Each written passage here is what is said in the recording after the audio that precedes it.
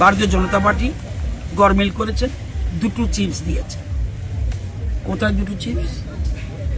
তাহলে জিতলাম না কেন?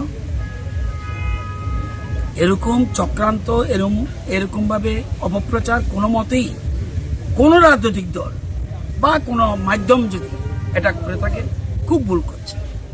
আমরা ডেমোক্রেটিক পার্টি, জনগণের রায় সর্বশ্রেষ্ঠ, এখানে কারো কিছু বলার নেই। জনগণ যা রায় দেবে তাকে মাথা পেতে নেওয়া সবাই দায়িত্ব করতে।